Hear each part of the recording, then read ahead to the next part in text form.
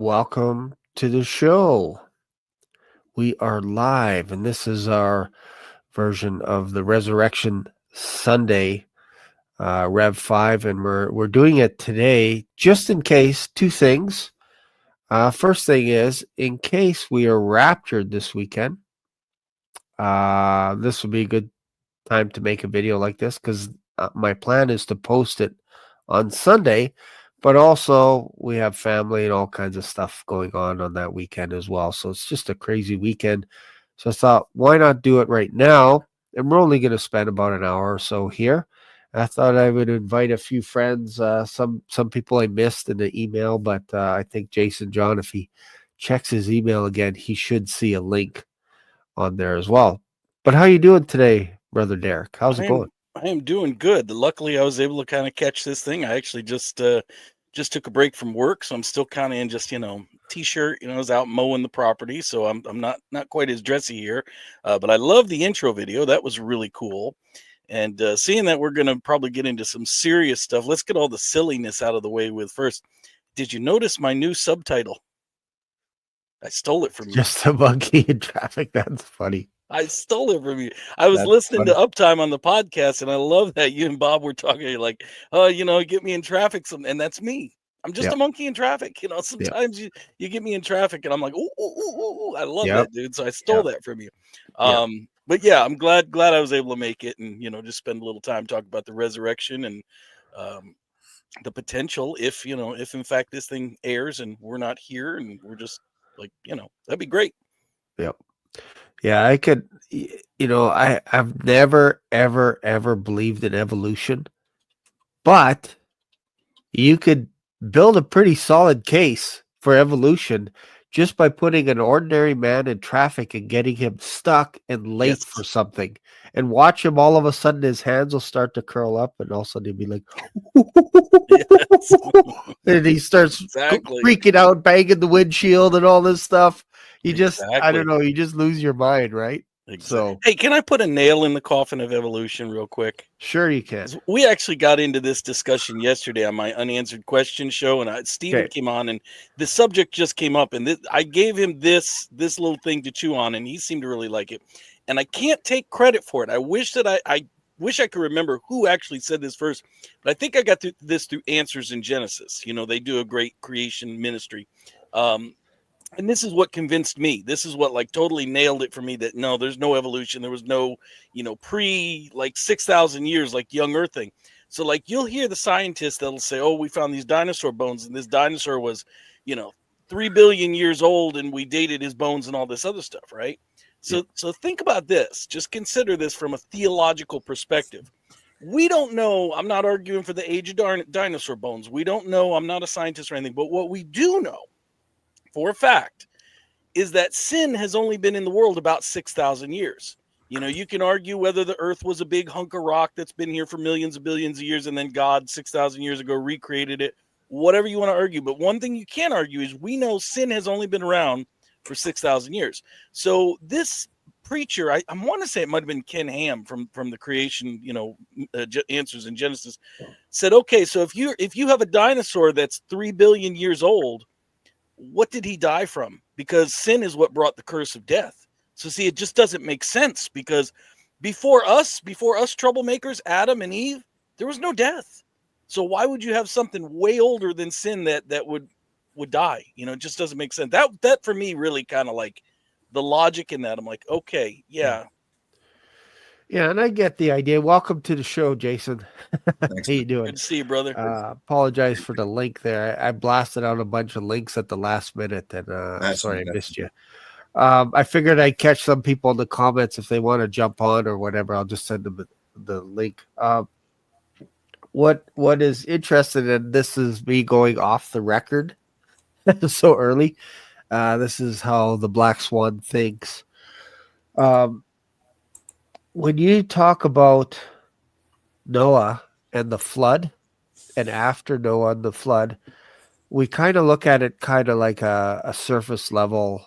We see the three sons, and then they take off in different directions, and then they start spreading out with various dialects, various languages, I guess. Obviously they had one common, and then as you branch out, you start speaking, based on where you are and all this kind of stuff. Words start forming and all this.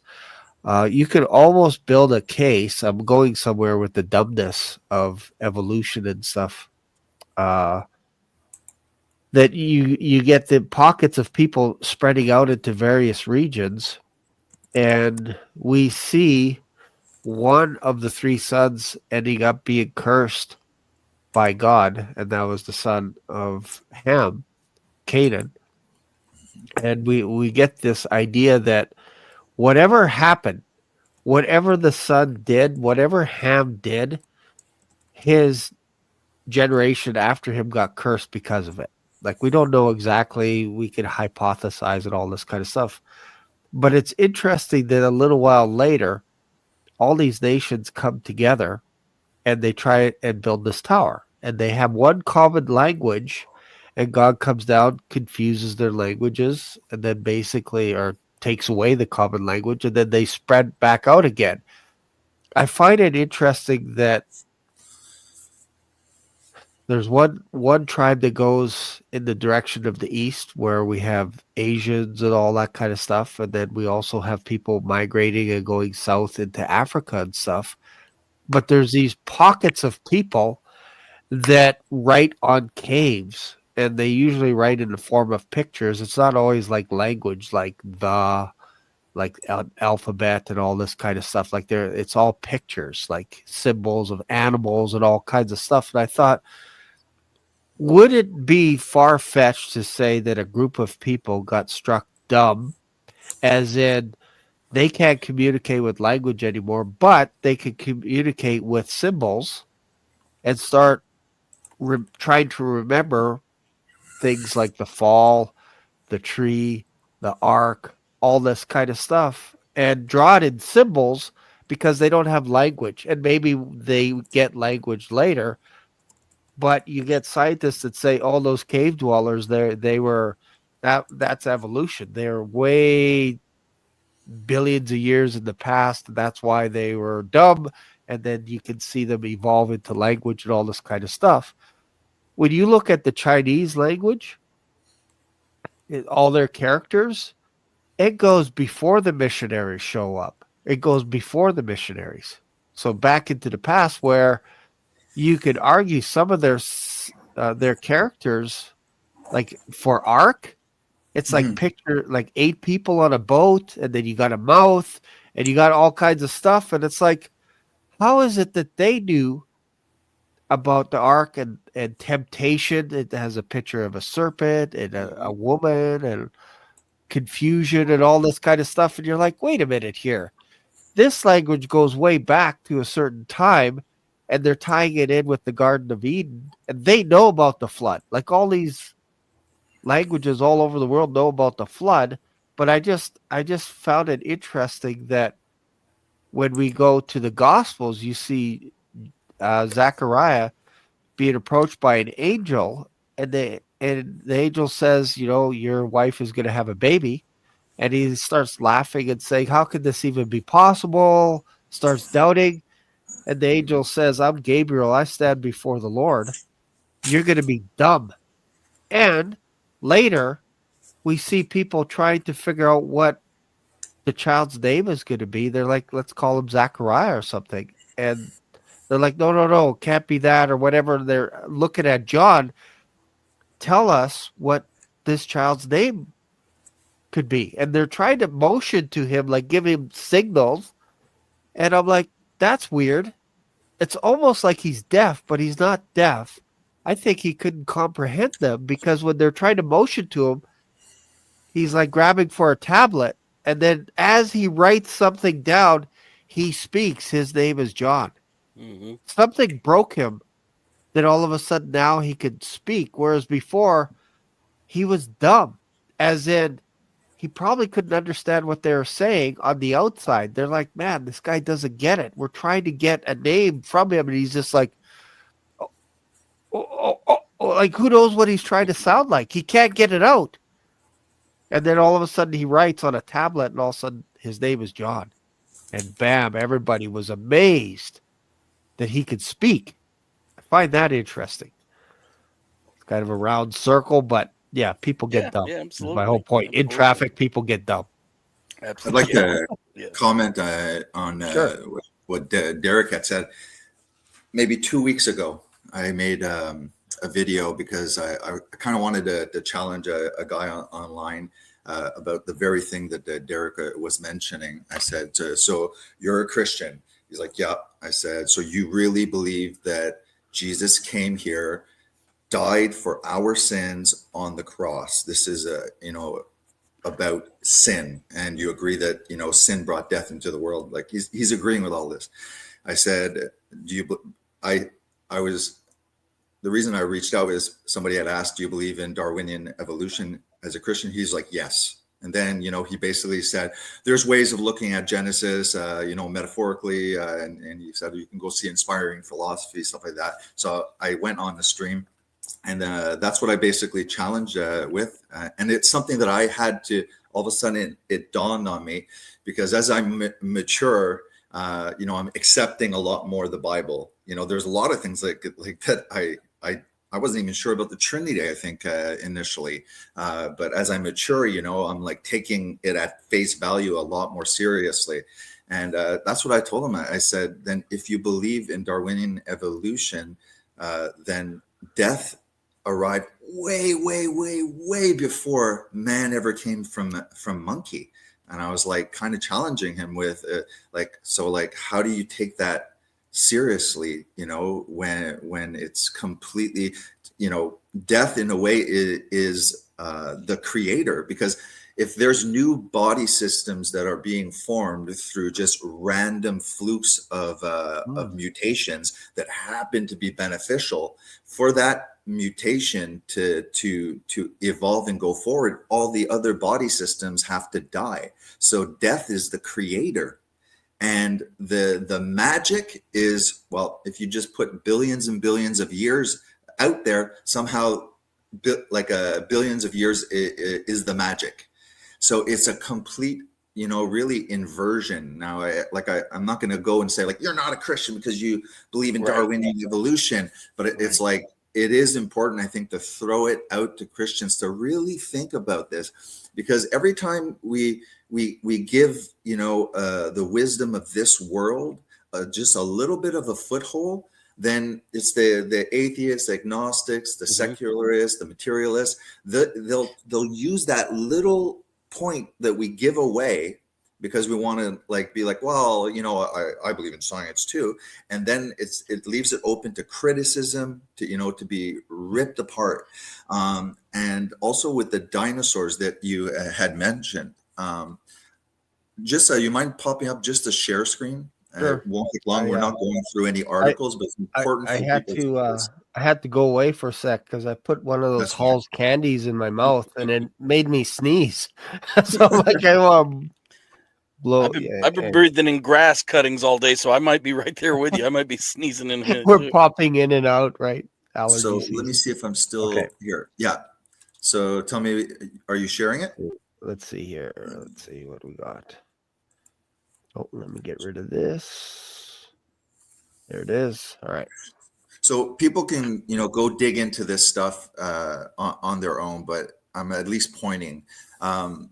So they're finding flexible tissue when they're snapping dinosaur bones. So some of them, I guess, are not completely even fossilized, which brings, the age of where they're throwing, the dinosaurs 200 million years ago. So go do your own research to the people that are watching. This is flexible tissues. There's also various cell components that are still present inside these dinosaur bones. Initially, I guess they weren't breaking bones apart, because they thought they were valuable. But there's just so many dinosaur bones now that, one of the scientists broke it apart. And they're still trying, to say, well, now let's find a scientific way of making, a hypothesis that it could have lasted, this flexible tissue, for 200 million years, which is completely ridiculous. But anyone who starts researching this, it's like, to me, it's like Derek said, this like 200 million year kind of stuff. I'm not buying it at all. Yeah. Isn't just one last thing. Yeah, for sure. It's they talk about Darwinian evolution as like the tree of life, right? From the simple microorganism. Well, first of all, go see animations of just the bacterium flagellum, the motor gears, the rotary gears. There's no simple cell like that we learned. It's complex, okay? And if anything's missing, the whole thing doesn't work. So people have noticed that some of them call it, I think it's the Cambrian explosion, when they were saying that life didn't seem to appear suddenly. It seemed like there was like all of a sudden, boom, tons of different kind of life. So it's really not a tree of life that they're actually seeing. It's the forest of life, right from the start. And if the fountains of the deep broke open, these subterranean chambers burst open, because we often think it rained, for a long time, but it's really actually it's the fountains of the deep that burst open. And you can imagine the immense power, of it. And it's just normal that it's the aquatic life that would have been carried in with all of this turbulent mud and then layered as the waters receded. And this happened over and over, adding layers of sediment. The next eruptions would have would have buried more complex, and probably the biggest of like humans for perhaps and stuff like that were smart to trying to get the higher grounds. There was a lot of organic matter that was not buried, and that kind of stuff that was not buried would have rotted, would have been just exposed, because for fossilization to happen, it has to be buried quickly and not exposed to the atmosphere and oxygen Right. or anything like that. That's Right. my thoughts on it. Yeah, no, that's definitely cool stuff. And I have no problem with dinosaurs being just before the flood. Like, I have no Yeah, problem with that. yeah. They look mysterious. Some of it looks like they're mixing DNA. Some of it looks fake. Yes. Some of it looks real. Some of it looks hideous. Like, there's all kinds of, if you go back into history, you could start seeing, folklore of monsters. And it's Yes. interesting that we can come across so-called dinosaur bones and start breaking them apart and all this kind of stuff, but nobody talks about giant bones. It's like, Right.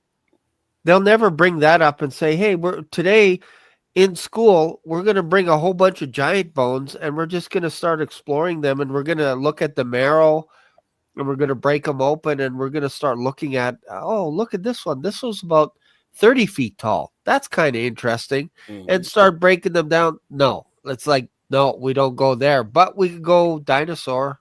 We can go there. But it's like, well, you have that too, but you're kind of cherry picking what you want us to study.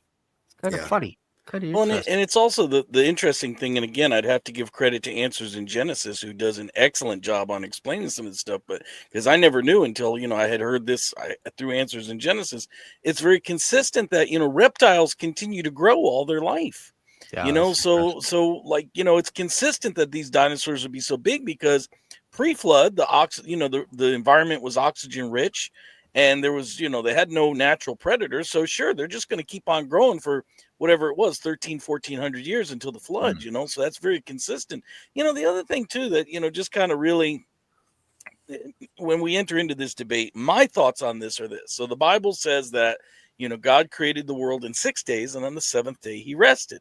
And I think it's easier. Some people get, they get clouded up with carbon dating and all this other stuff, which to me, I'm like, look, none of us were around 2 billion years ago to test the carbon then compared to the carbon today. So how do we know that it doesn't decay at a rate that's not standard, that it decays? We don't know these things. I'd rather just believe what God said. But some people, they think, well, it's easier for them to believe like God took, 7 billion years to create the earth instead of 7 days. But, my question always is, like, if God said, how big is your God? I mean, how powerful do you think your God is? I believe, personally, my belief is, if God wanted to create the world in 6 minutes instead of 6 days, he could have. Yeah. He could have talked like an auctioneer and just said, let there be light, let there be, and boom, there's Earth. So he has the power to do that. So because he chose to do it in 6 days rather than 6 hours or 6 minutes, what's the difference? So that to me is like the focus. Like, is your God powerful enough to do what he said he can do or not? If you don't believe he can do it in 6 days, now that's a bigger problem, because now you're going to doubt whether he can actually raise a man from the dead, which is what we're going to celebrate this weekend. He either can do it or he can't do it. And for me, I'm just like, you know what? I'm just going to believe it. It says 6 days. I'll believe 6 days, we can argue again, was it says the earth was without form and void. And so was there some kind of big rock that was people will argue, well, he recreated the earth. All right, we can have those arguments. I don't mind talking about that. But as far as the world as we know it, the world we currently live in, I think it's only about 6,000 years old, and it was made in 6 days. Yeah. And the first, like for us, it's almost like the chapter begins in Genesis 1 for mankind, because we see waters right out of the gate. You need oxygen for waters and stuff. Unless, I'm not a rocket surgeon, but it sounds like to me that you have some kind of an atmosphere going on where the Holy Spirit is floating above the waters, and then light and all kinds of stuff starts happening, and it actually gets quite fascinating, right? But when you talk about belief, like eventually you're going to have to come to a point where you're like, I believe the Bible. Like you're Yes. going to have to do that, because Yes. if you wrestle with it and say, yeah, I don't know about this serpent in the garden thing, like that's Right. you watch a lot of channels with Jewish scholars that Mhm. try and explain away the serpent. They're like, yeah, come on, guys, the talking snake, that's crazy. That's for children. Children talk like this. So it's symbolic and blah, blah, blah, right? So they don't like to talk about Satan, the serpent. They'll say he was never called Lucifer. That's a made up name. Heaven, we don't talk about heaven either because it's all here on earth. Mhm. And you know that the guy Jesus, he was a good man, but he's loony. He's crazy. He's a crazy man. So we don't believe him. In your New Testament, it's crazy, the stuff that's going on in there. So eventually you're going to have to go, I believe the Bible versus Yes. man. Because I tell you, for every book in the Bible, there's going to be somebody coming against it saying Moses isn't real. Yes. He's fake. He's a made up name. Jesus wasn't real. The Bible's not real. The King James Bible is not authoritative. You're going to find it. I'm telling you, you're going to run into it. So eventually you're going to have to anchor into something. And I suggest to you that you anchor into the Word of God. Otherwise, you're going to get slapped all over. And then the resurrection itself to you is going to be, well, maybe what happened was Jesus got pierced, but the Roman soldiers weren't very good at it. So when they looked away, he pulled himself down with his hands. And then after he got harpooned, he pulled the spear out and then drug himself across the cobblestones and made it to where the disciples were banging on the door. And they're like, is that somebody knocking on the door? Because it sounds like it's a puppy at the door on the front because it's so low. Let's go check. Let's open. Oh, our savior of the universe, you're here. Wow, you look a little rough around the edges still. I know, I made it. I pulled myself off the cross. Yeah. Let's get this church going here. Like, eventually you're going to be like, man, this is what people are believing out there, that Jesus pulled himself off the cross, stuck away, the If you disciples were, grabbed him. I was gonna say, if you were Peter, James, or John, or any of the rest, you wouldn't die for that. That's not something you would die for that story. If you saw a guy pull himself off the cross, you wouldn't give your life as a martyr for that. You wouldn't die for that. No, I can't imagine what the conversation would be around the campfire. Jesus, do you want a little bit of this? Because you're bleeding out the side, like Yeah, right. This where the spear was. You're bleeding still. Yeah. Beard is plucked off. Like, he was marred beyond recognition. Right. And he's going to talk to you about, hey, I overcame death, so can you guys. He wasn't the Black Knight on the Holy Grail, in other words. Yes. I can still go on. I can still fight. No. Come back. I'll bite you. Yeah, I'll bite you. Exactly. No, it's just a flesh wound. Amen. I see Angina just said hello. Just a monkey in traffic. For anybody that's wondering, see, first of all, I wanted a cool nickname like Jason John Swartz. He's got the man, the myth, the legend. That was already taken. But for anybody that's wondering, this is an homage. How you like that big fancy $10 word? This is an homage to Shane and Bob Barber on Uptime the other night, because Shane was telling Bob, like, get any of us in traffic and get us stressed out. We're just like a monkey in traffic, He's like, ooh. I love that. So I'm like, that's my new subheading for at least today, anyway. You can almost build a case for evolution right there. That's right. Man, that would be shaky ground for me, because I've turned into a monkey in traffic. It's devolution, though. It's not evolution. We all devolve when we get in traffic. Yeah. So funny. I think something that's really relevant to the resurrection, and I for some reason, yes, Christians have a strong opinion on this.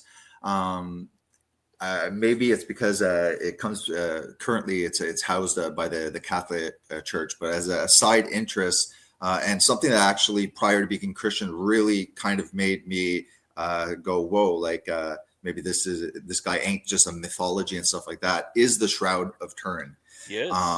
And it's not an icon. It is literally a burial shroud okay, of a man that is crucified that happens to have all of the marks of the Jesus described in the biographies, the Gospels. The back, we have the scourging marks. The front, we have the scourging marks. We have something that's quite unique because there's many people that were crucified, but there's wounds on the top of the head, about 50 wounds, just if we're counting the head. And interestingly enough, often we see a depiction of the nails going through the palm of the hand, which, to be honest, would rip right through the flesh. The nail marks of the man, I'm trying to be objective, not saying it's Jesus. Right. Okay, let other people decide, is between the radial and ulnar bone. Okay, and right here where there's a grouping of bones that would really solidify. It is so it has all the markings. It's human blood. It's AB. The blood samples analyzed have ferritin, creatinine, bilirubin, which are markers in the blood that increase during trauma. Okay, because creatinine is builds up in the blood. It's when you have muscle breakdown. So you can imagine just the scourging marks all over his muscle tissue. With people get what's called rhabdomyolysis during marathons sometimes because they run and the muscle breakdown. The creatinine and all of these markers also clog up the kidneys. You can go into kidney failure. So if this is a forgery, it means that this guy was amazing, okay? Yes. Because he thought of putting blood samples of a traumatized victim. Right. So there's the shroud.com. You can look that it's, AB. It has biological markers of traumatized blood, and the image is on just 1/10 of the fibers of this burial shroud. Right. There's a place where I checked, it's like some insane amount. If we were to, like, it's like an X-ray, right? You know, we're shooting radiation through the body, and it's imprinting. So it has three-dimensional qualities. It's the most tested artifact in the world. And there's the Shroud of Turin. So STURT research project that you can go see their website and look at all of this. And these weren't Christians that were, analyzing as well. Yeah. I think it's a powerful, it's the world's first selfie. And it's inverted, right? So you know how when we used to take pictures and we'd get like the photo negatives and they're all distorted, but the photo positive has details. Well, it's the opposite. It's very faint, the image, but when this photographer in the 16th century, I think perhaps, took a photo of it, all the details. Right. So the photo negative was a detailed photo positive. I think this is extremely relevant. Do you want to are they so these are non-Christians that are studying it? Not Christians? The Shroud of Turin research project, where they were just secular scientists. One of them, his name is something Barry Schwartz, was an atheist. He's your brother. You found him. You found him. What's interesting? Did they find any? Just so people can see it. And did they find any fold creases in it? Well, there's a lot of stuff. Because remember, it was folded up, and then where it was housed in a silver casing in a cathedral, it burnt down. And what ended up happening was the silver started leaking. And let me just show you where the scorch marks are. So non-Christians found this in a Catholic church. No, this popped up. It was given suddenly. Now I might be a little I'm paraphrasing from memory. It was given to some family. It just suddenly resurfaced as a gift, and then eventually became housed in Turin of Italy. Currently, at one point, it's the Catholic Church that now has possession of it. But this doesn't originate from Catholicism. This was present in history. prior to where it's currently being taken care of. So is this where we get the white Jesus from, the white European face of a Jesus? Is that This kind of is the idea where behind? yes, this is where we get the more classical image of Jesus. The images started to be depicted like this when this came on the scene.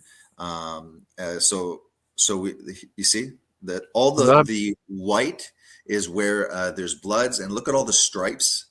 Okay, that's all the flogging marks right here. This area, this white, that's blood. That's exactly where, you remember in the gospel. Remember, obviously, you remember the being pierced because he died, the side wound with the spear.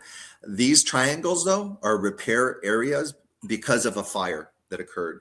And the latest research for dating of this is wide angle X-ray scattering wax, which looks at the natural degradation of the fibers. This is flax fibers. So it's the natural degradation of the cellulose, and it's dated to first century.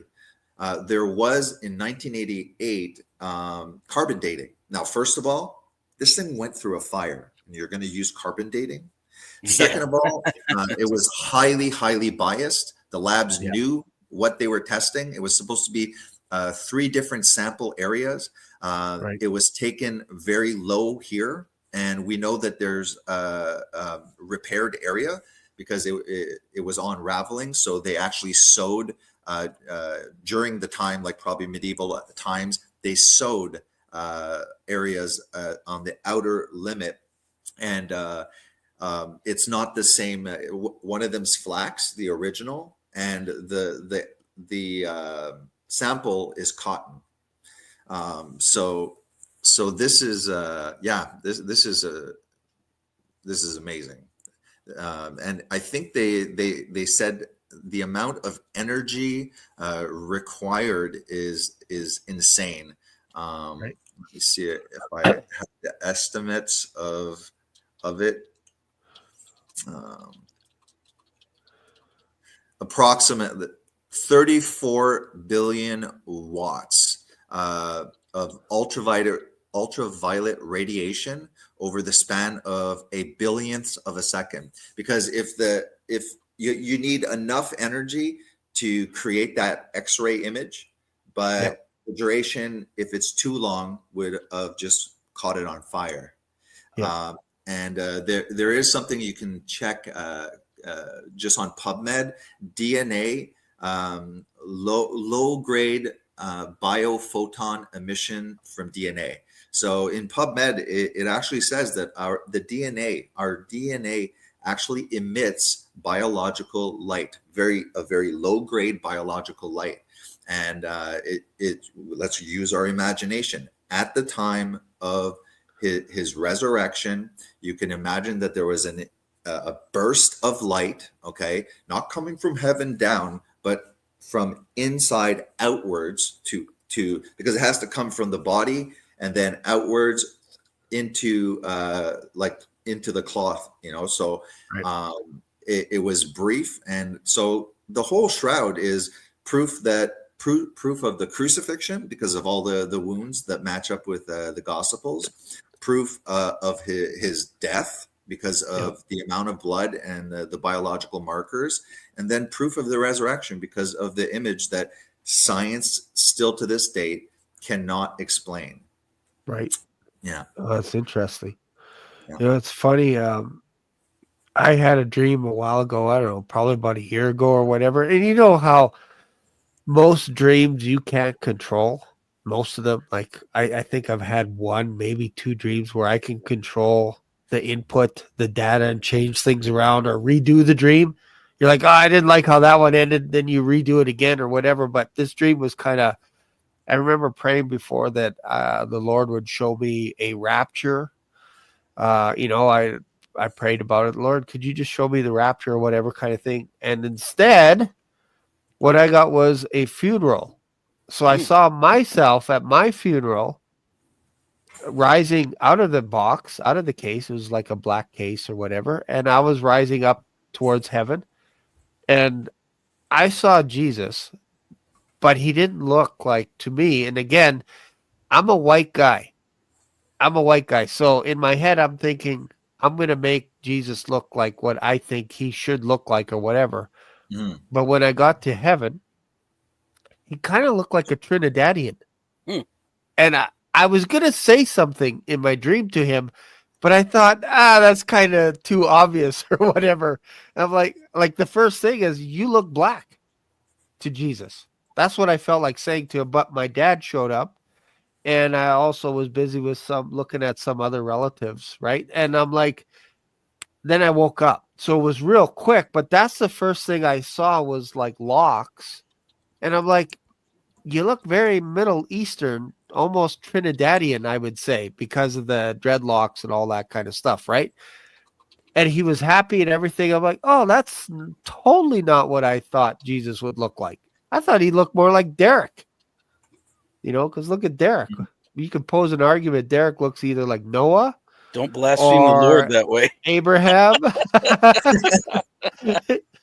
He's gonna hold you accountable for that, bro. But it's kind of like we have our picture when we go around. Oh, there's a European Jesus, skinny, white, redheaded, all this stuff. And I'm not saying he may not look like that, but if you go to Africa, they don't think Jesus looks like a redheaded white guy. That's European. We think that, and probably in China, it probably looks more Asian. I don't know. I'm spitballing because I haven't traveled all over the world, but we kind of have an influence over what we want Jesus to look like, and maybe perhaps that's why it was kind of forbidden in the Old Testament to have images. Of God, right? Because there's a reason why he went beside Moses and put his hand over him when he was in a cleft of a rock to hide his face. Maybe that's Jesus, and he didn't want Moses to see him right away from the face. I don't know. I don't know. And they start making images and all this kind of stuff. Also, right? I mean, I think that also even to make everyone happy, no matter whether he looked darker pigment or not, he was, even in his resurrected body, that's not his true image either, right? We know that the transfiguration, and then we have his hair white as wool, and I mean the true image of Jesus is like fire bellowing out, his legs looking like bronze, his eyes flaming fire. There he is, and that means he doesn't look like anybody. Well, when you think about Revelation, like the white as wool, name a race that has wool that looks white hair.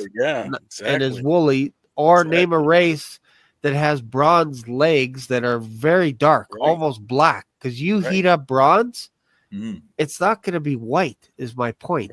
Like, you have white garments, white clothes, and I get it. Like, I'm not saying, like, if I were to come back in another life, the kind of skin type that I would like would be Persian.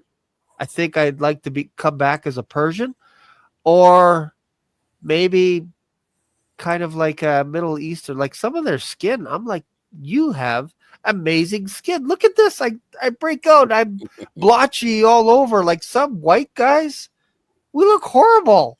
Horrible. I'm gonna give you something to think about, and this is gonna be strictly off the record, as you like to say. Okay. Now you're safe if you do it off the record. You're safe.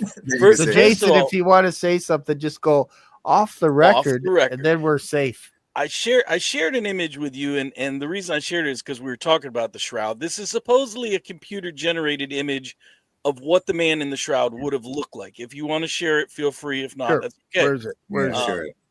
Okay, so this is supposedly what they took from the shroud, what the man in the shroud would look like. Now, having said that, again, do we know that this is what Jesus looked like when he was on the earth? No, we don't know. And I'll be very honest with you. I had a vision and or a dream. I don't know if it was a dream. I don't know if it was a vision, but it happened when I was about 20 years old. I was recently born again, and I was fairly well convinced the night that I had it, I was pretty sure I was going to die because I had a really bad fever. I was in a hotel room with no heat in about, November, like late November. And I was when I went to sleep, I really thought, well, this is it. I thought I'm just going to close my eyes and die because that's how bad I felt. And again, I don't know if it was a dream. I don't know if it was a vision.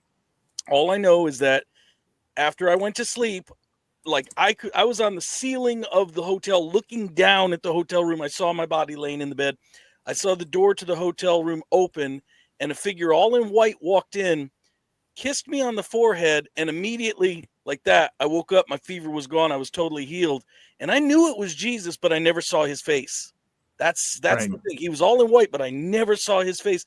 So what he's going to look like, again, the Bible says we know him after the flesh no more. We don't know, what he looked like then, and whatever he looked like then, he's not going to look like when we see him in heaven. And here's what's going to blow your mind. This is what I'm going to say is off the record, okay? Could it be that whenever we get up there, could it be that he is so glorious and so marvelous that the features of his face are almost like a shapeshifter that go from an Oriental to an Anglo to a Negro to like all different features? As we're looking at him, we're going to see all of humanity in him because he's our creator. I don't think we're going to look at him and see, just a black man's features, or just an Oriental man's features, or just a European white man. I think he's all things to all men because he has created all of us, and he created us diverse because that's how he wanted us. That's how he rejoices in us. So anyway, that's off the record, but that's just kind of a thought. I thought that was kind of interesting to think about. I think this one is a more accurate recreation of what he assuming the assumption that the Shroud of Turin. So let's stay objective. This is a more accurate AI recreation of what the man likely looked like. I'm not playing the volume, and I'll stop and pause because I don't want to get striked or anything. I just want to see the transition. Is it on? Let's see here.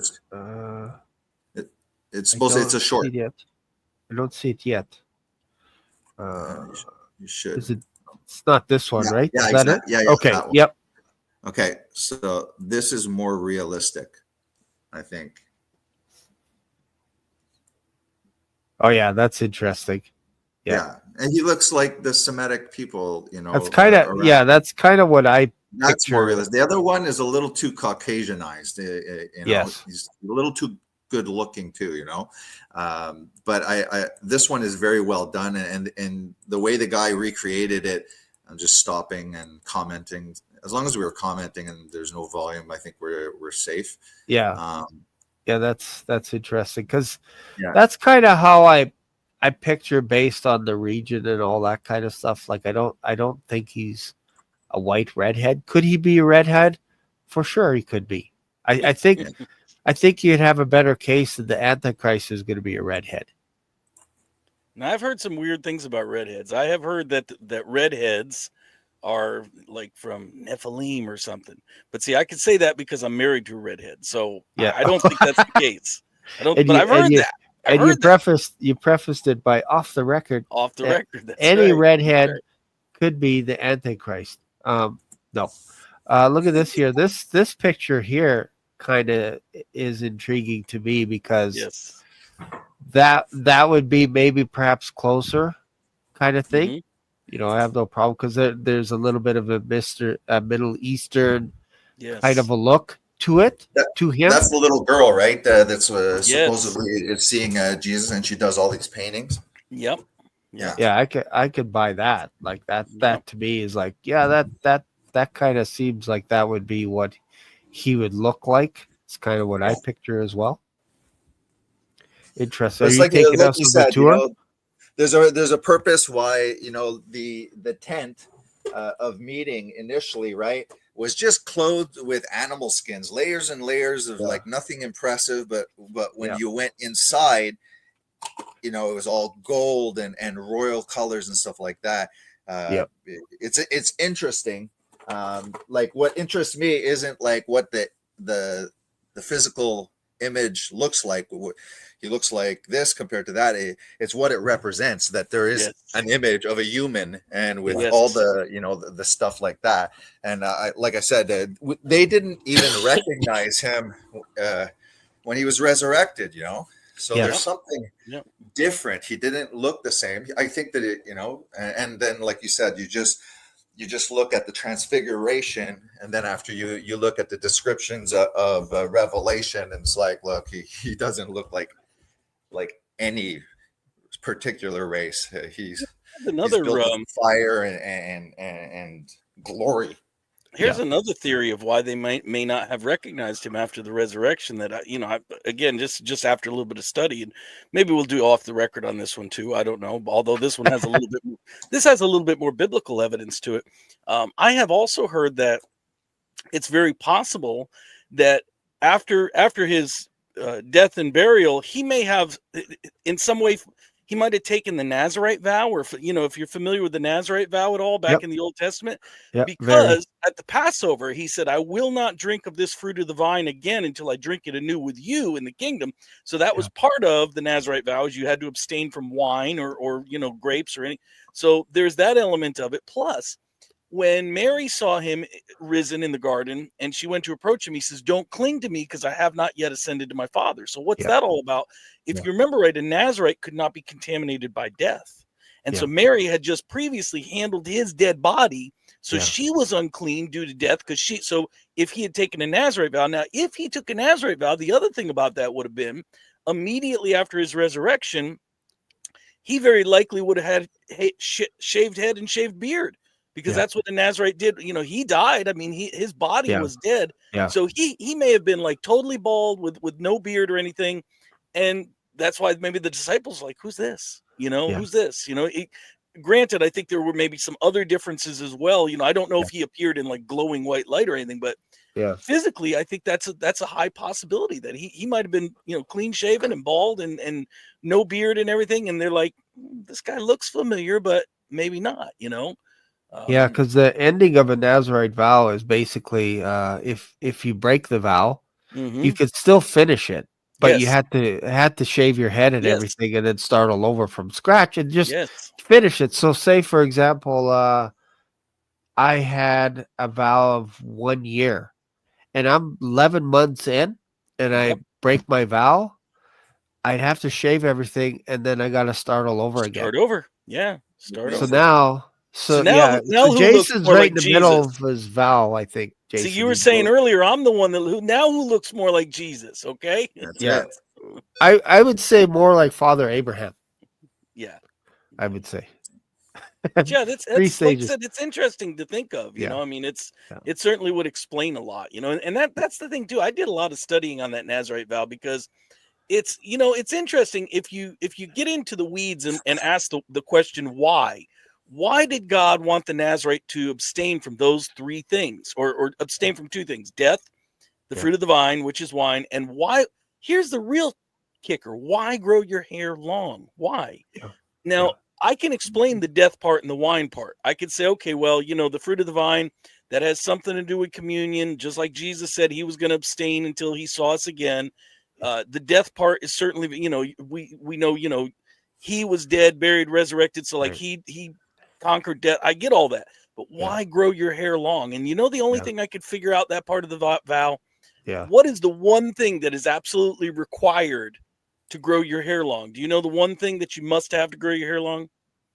Permission from your wife? Yeah, right. No, well, first of all, you got to start out with some hair. Like I don't have any, but patience. If you think about it, the only thing you're going to need to grow your hair long is you have to wait and be patient. There's no way you can make it grow any faster. And so I kind of feel like this is, in a way, this is a call to all of us spiritually as watchmen. We have to patiently wait for his return. That's what I think the Nazarite vow was all about, was about those of us who eagerly await for his return, and we are patiently just waiting for his return.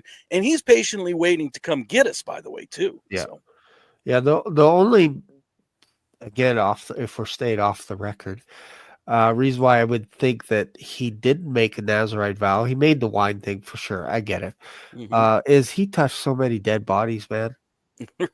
Right.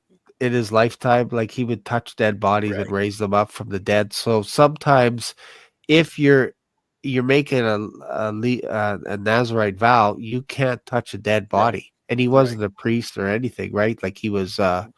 in his earthly ministry, he wasn't showing up as a priest. Right. That's not what he was doing. He Well, was healing people and everything, what they should have done, but he didn't show up as my understanding as a priest going around, because he would tell people, go be a priest, like go show yourself to the priest. To be clear, I'm not necessarily saying he made it throughout his lifetime when he was here on this earth.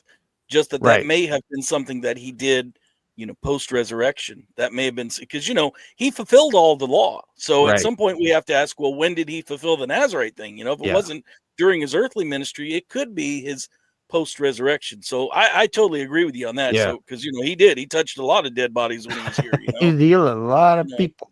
He healed a lot of people. I forget what that. There's a phrase. I want to call it. Maybe this is me inventing this phrase for the first time here. Mhm. Clarkodian Clarkodian. disease, which is basically like Clark Kent. There's probably a better name for it.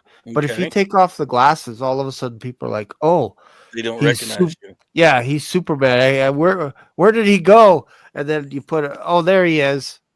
There he is. He's back." Right? Kind of Might have thing. to Like, save that one. That might be my next subtitle. yeah, it's Suffer like of Clarkodian disease. I seen a skit with a little bit of cursing in it, but with Batman and Superman meeting for the first time, Mhm. and Batman was arguing with Superman that he has the dumbest disguise on earth, that it will never work. The idea of just putting on glasses, and as he's talking to him, he put on his glasses, and Batman's like, "Where did he go? Where did he go? And then he took it off, and he's like, "Oh, there you are. Where did you go for a second?" And it was like, I was just rolling, That's right? good. But it happens because I've seen people in a grocery store wearing an apron, maybe a red apron, wearing an apron, and then when they're outside the grocery store and they're walking in another environment, they walk right by you, and you're like, they'll say, "Hi, how rude are you? You don't remember me?" And then all of a sudden you're like, "Oh my goodness. Well, Yeah, you're the manager of Safeway. I That's didn't like- recognize you because you weren't in your outfit." that's like me. That's why nobody at the Passover, everybody's like, "Hey, where'd Derek go?" Yeah, where's Derek? Where's Derek? Where'd he go? Oh, hold on. Oh, he's back. There's Derek. It's like I've always got a ball cap on. So, yeah, So there is something to that, something to it. Yeah, that you could exactly. just change the glasses and people won't recognize you, man. It's Yep. weird. So imagine Jesus being in his resurrected body, like perfect. Yeah. And the last image that you have of is his beard being ripped off and being beaten Yep. and bloodied.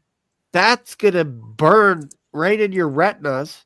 And then when Yeah. you see a guy walking beside you and he's like, what's going on? It's like, are you like a stranger here? You don't even know what's going on? Like on the road to Emmaus, two disciples that knew him. Like, you don't know what's going on? Our master just got killed, and we thought he was going to be resurrected, and people are saying that they see him, and he was going to walk by them Mhm. as they're going into the house.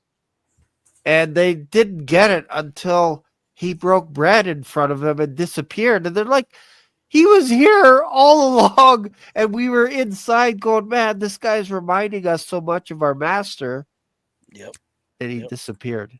So I know there's something to that, where if you shaved your beard, I'm sure you'd walk right by me and I'd be like, I don't know I did you. that once just to mess with my kids probably about 16, 17 years ago. I did it just to mess with my kids when they were little, and they both kind of were like, Who are my you? son finally figured it out. He recognized my voice, but it took him a few minutes, Yep.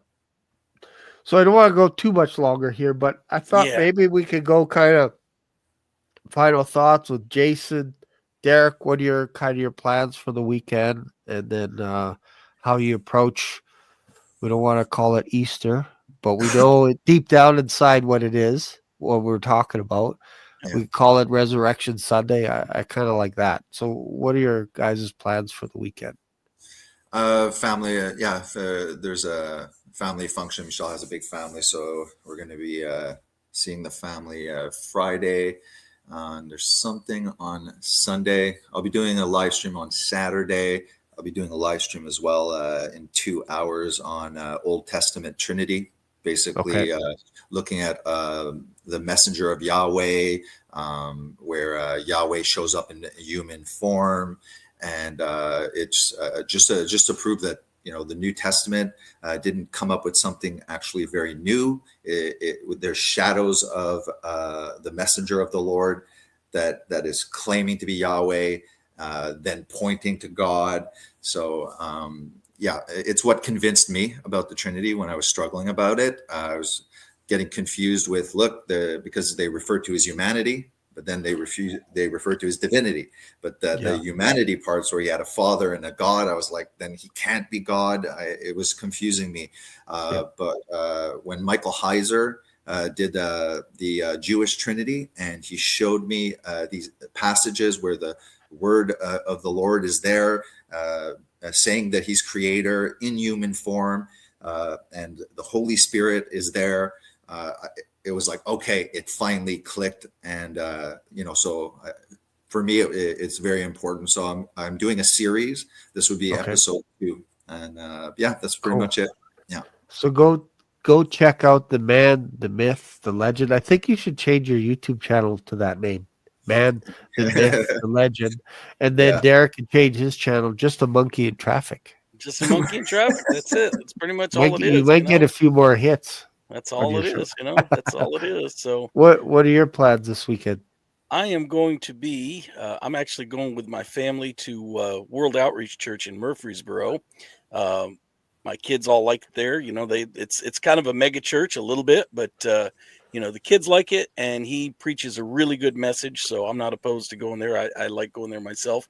We're going to do church on Sunday, and to everybody out there, whatever you call it. I mean, we called it Easter when I was a kid, and I learned later in life about, some of the pagan influences, but as long as you know what you're celebrating, whether, we call it Resurrection Day now, and that's probably the most appropriate title. It was at one time called the Day of First Fruits back in Leviticus. That's what it originally started off as, was one of the feasts, and it was the Feast of First Fruits, when you would offer your first fruits, and that's because Jesus is the first fruits from the dead. We have to remember that. That's why he rose on a Sunday, was because that's what the Old Testament prescribed. It had to be on a Sunday when you would offer those first fruits. And he is risen. He's risen from the dead. And because he lives, we will live also. I mean, if not for that, what hope do we have? As Paul said, we've got the promise of resurrection. Whether we die before the rapture, we'll be raised first if we die before the rapture, or we may be alive and remain. And I think that we all look forward to that. I think we're all in that rapture bang zone where I think it's coming very, very soon. Yeah. I did a video on my, YouTube channel. I called it, actually, I'm going to share my page real quick if you don't care. Okay. And that way you can show it anybody that wants to go there. It is, if I could get it here. I don't know why this little tab isn't showing here. Maybe I can do this. Oh no, that's not it. No. Let's see. Yeah, it's not showing. I don't know why it's not showing. It's called Why Do I Believe? You could go to my my playlist for my testimony, and it's the first one under there. It says, Why Do I Believe? Evidence of the God of Resurrection. If you are in doubt of his resurrection, or if you know anyone who doubts the resurrection, this video is for you. I made this video especially just with evidences. I'm not trying to slam the Bible down your throat either, believe it or not. I mean, Bible study with Derek. This is more like if you're an outsider looking in, what are some of the evidences just from history that would lead you to believe that this tale that we tell about this man who rose from the dead, why can we trust that is true and accurate? That's what I made this whole video for. And if you have any doubt, or if you know somebody that has a doubt, I would highly encourage you to check it out. So where am I going here? Go to the playlist, My Testimony. You want to see something very Matrix like? Look at this. Yeah. Oh yeah. Here we go. You want to see? We are there. Something very Matrix like. Look at this. Yeah. Oh yeah. Wow. We just transported through time, man. Okay. Sorry. Where are we going? There you go, right there. See that image? Go below and see that image that I showed you earlier, that one that looks like the Shroud of Turin? Right at the bottom of on the the page bottom? in the middle. Yeah, created playlist. Oh, yes. Yeah. Okay. Yeah, Yeah. My there it is. testimony? That's it right there. So And, you want of course, you got to watch Okay. a commercial, right? I don't to be a monetize these things. software That's YouTube. engineer? Go to boot.dev. But that's the video. Why do I believe evidence of the God of resurrection? And if you want some good solid reasons to believe that the resurrection was accurate, and again, I don't use a lot of scripture, which is something I usually do. I usually use a lot of scripture. In this one, I'm gearing this more towards somebody who says, yeah, the Bible's a bunch of garbage, I don't believe it. This is going to give you reasons to believe, just from a secular perspective. Why, if you really think about it, I'm trying to be like a lawyer in court building a case. That's what I'm trying to do with this video. Look at your beard. It's all Yeah. trim. It's Yeah, all tidy. Look I'm at due that. for another one. I'm due for another trim. This was done a while back, so Is but this it's you there. as well? Peter, the fisherman turned apostle. He was Was that you? No. That might be in about 10 years. That's looking pretty familiar. Although he's got more hair than I do. I envy that head of hair. So Everybody should read also Psalms 22 and Isaiah 53. yes. Actually starts at the end of Isaiah 52, but 53 Isaiah and sure. Psalms 22 for people that perhaps are not Christian or are on the fence about things. The Dead Sea Scrolls at least pushes Isaiah to at least 100 years, before Christ. So it's a strong prophecy, and it's a painting of the Passion of Christ, really. Yeah. No, that's very cool. Well, thank you guys for being on here. And of course, we wouldn't be here if it wasn't for Christ.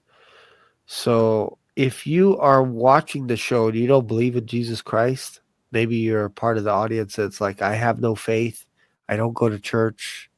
I don't necessarily believe. I think there could be a reason. Well, I know there's a reason why you're on this channel right now at this particular time, is when Jesus calls, it's up to you to answer that call.